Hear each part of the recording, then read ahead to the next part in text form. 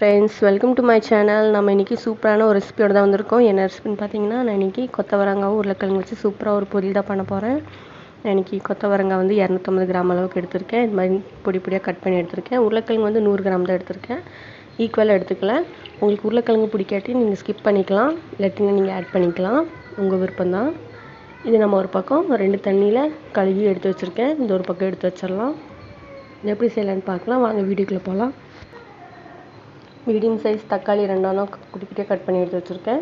Medium size பெரிய வெங்காயம் நீளமாக கட் பண்ணி எடுத்துருக்கேன். ஒரு கொத்து கருவேப்பிலை, ஒரு 7-8 சின்ன பூண்டு, ஒரு 2 பச்சை மிளகா பொடி பொடியாக கட் பண்ணியிருக்கேன். இனி நம்ம இது எப்படி செய்யலான்னு பார்க்கலாம். வாங்க வீடியோக்குள்ளே போகலாம்.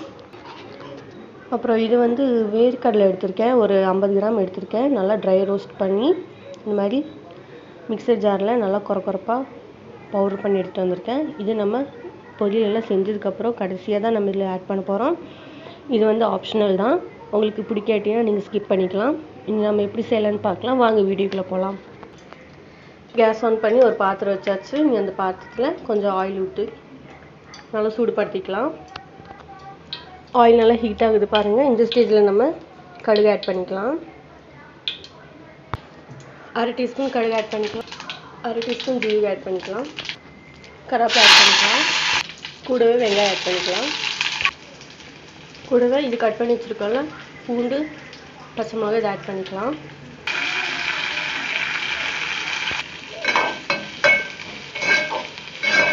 நல்லா வதக்கி விட்டுக்கோங்க.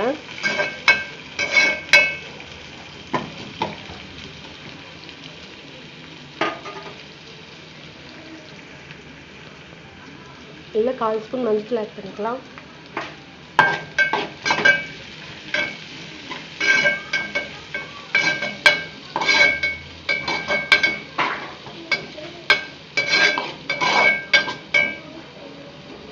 ஒரு 2 நிமிஷத்துக்கு நல்லா வதங்கட்டும்.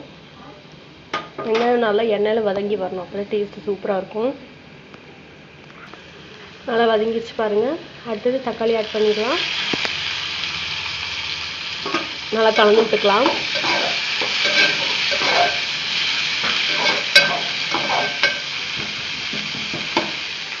கொஞ்சம் உப்பு ஆட் பண்ணிக்கலாம். ஒரு 1/2 ஸ்பூன் உப்பு ஆட் பண்ணிக்கலாம்.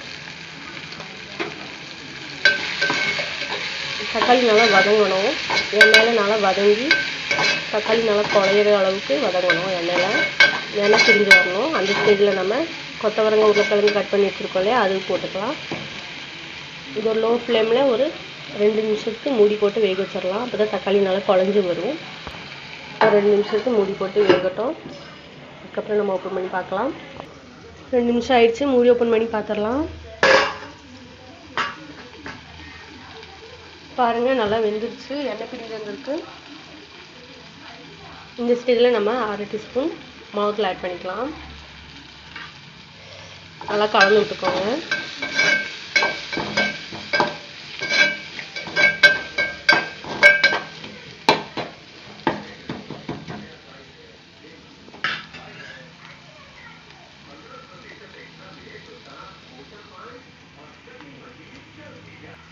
நம்ம காய் கட் பண்ணி வச்சுருக்கோம்ல, அது போட்டுக்கலாம். காய் ஆட் பண்ணிக்கலாம்.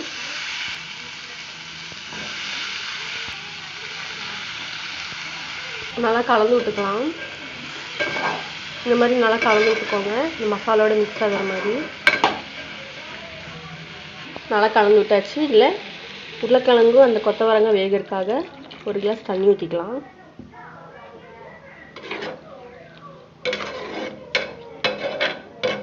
மூடி போட்டு ஒரு 10 நிமிஷத்துக்கு வேக வச்சிடலாம்.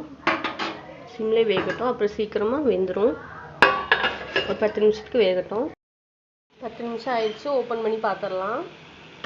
பாருங்கள்,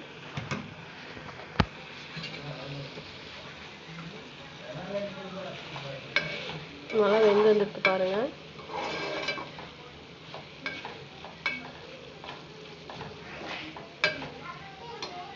ஹை ஃப்ளேமில் இப்போ வச்சுக்கலாம். ஒரு 2 நிமிஷத்துக்கு நல்லா வதங்கட்டும்.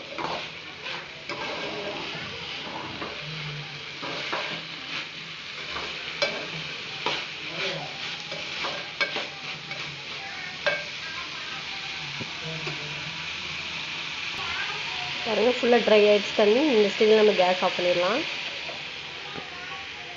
பாருங்கள், நான் வேர்க்கடலையே நல்லா ரோஸ்ட் பண்ணி பவுடர் பண்ணி வச்சுருக்கேன் கொரகொரப்பாக. அதை ஆட் பண்ணிக்கலாம். நல்லா கலந்து விட்டுக்கலாம். இது ஒரு டேஸ்ட்டுக்காக தான் ஏன் இதை நான் ஆட் பண்ணுறேன்னா, இது நம்ம வேர்க்கடலை நம்ம ரோஸ்ட் பண்ணி கொஞ்சம் கொரகொரப்பாக அரைச்சி போடுறதுனால டேஸ்ட்டு இன்னும் அதிகமாக கொடுக்கும், சாப்பிட்றதுக்கு நல்லாயிருக்கும்.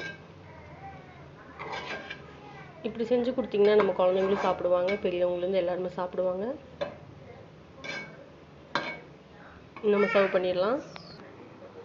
பாருங்கள், சுட சுட நல்லா கம கமன்னு கொத்தவரங்காய் உருளைக்கிழங்கு பொரியல் சூப்பராக ரெடி ஆகிடுச்சு. பாருங்கள், பார்க்கவே உள்ள சூப்பராக இருக்குது. பாருங்கள், கலர்ஃபுல்லாக இருக்குது.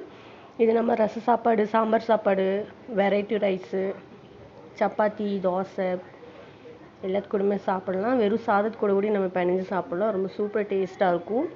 இதே மாதிரி நீங்களும் உங்கள் வீட்டில் ஒரு தடவை செஞ்சு ட்ரை பண்ணி பாருங்கள். பிடிச்சிருந்தால் லைக் பண்ணுங்கள், ஷேர் பண்ணுங்கள், மறக்காமல் சப்ஸ்கிரைப் பண்ணுங்கள். நம்ம நெக்ஸ்ட் வீடியோவில் பார்க்கலாம். Bye friends.